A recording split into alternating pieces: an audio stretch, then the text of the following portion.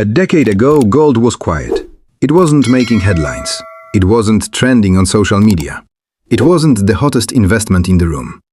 In 2015, while stocks were soaring and confidence in the global economy was returning, gold seemed forgotten. But history has a pattern. When the world feels safe, gold sleeps. When the world feels uncertain, gold wakes up. And between 2015 and 2020, gold would go from being ignored to becoming the center of financial panic. This is the story of gold, 1 decade ago.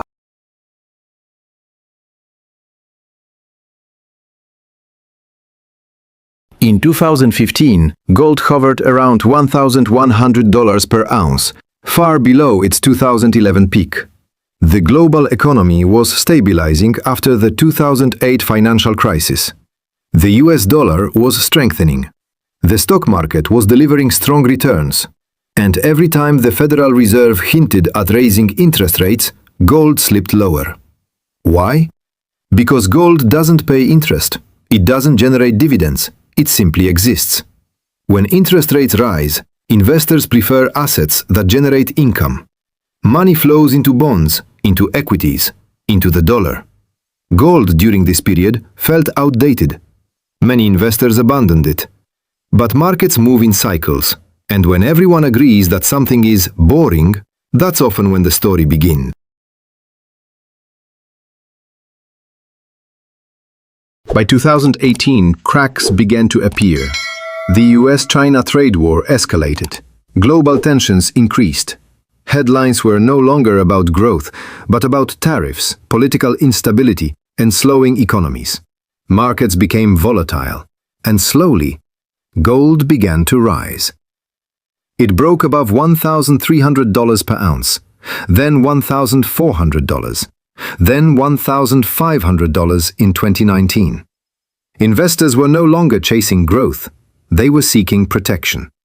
In Vietnam, gold buying activity increased, especially through brands like SJC. For many households, gold has always represented security, something tangible in uncertain times. This wasn't euphoria yet. It was caution, a quiet shift from optimism to doubt. And doubt is fuel for gold.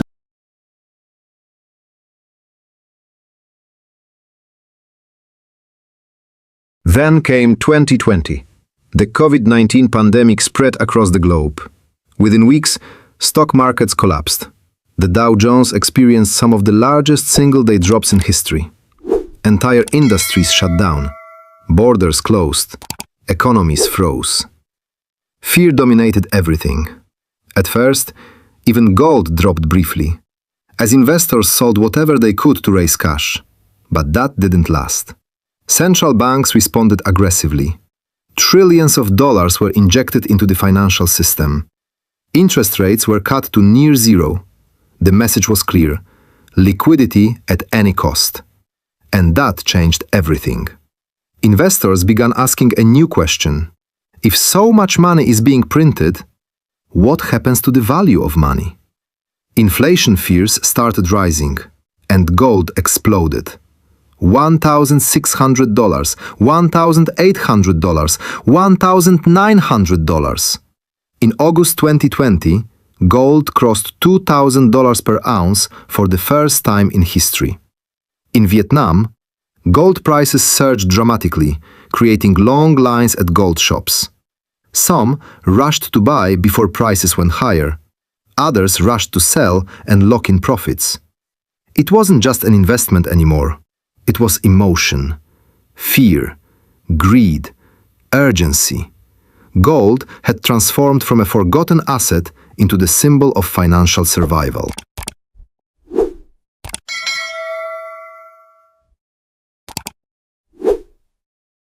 But markets never move in straight lines. After reaching its historic high, gold began to correct. Vaccines were announced. Economies slowly reopened. Risk appetite returned.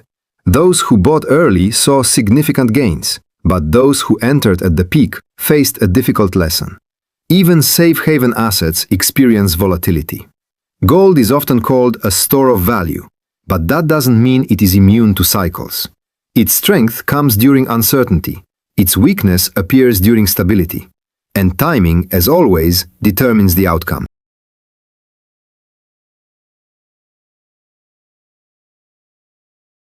Looking back at that decade, gold teaches us something important.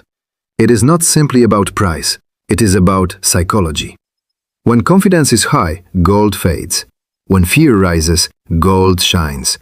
It reflects trust, or the lack of trust, in governments, currencies, and financial systems. It is less about metal and more about belief. Some investors use gold as insurance, a small allocation for protection. Others try to trade it, chasing momentum. But one thing remains constant. Gold responds to uncertainty, and uncertainty is always part of the human story.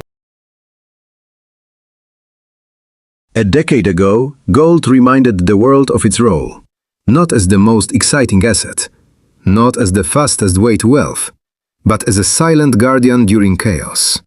From being ignored in 2015 to breaking records in 2020, gold completed a full emotional cycle, from boredom to panic. And maybe that's the real lesson. Markets change, policies change, crises come and go. But human behavior? That rarely changes. If another crisis comes tomorrow, the question won't just be, what will gold do? The real question will be, what will we do?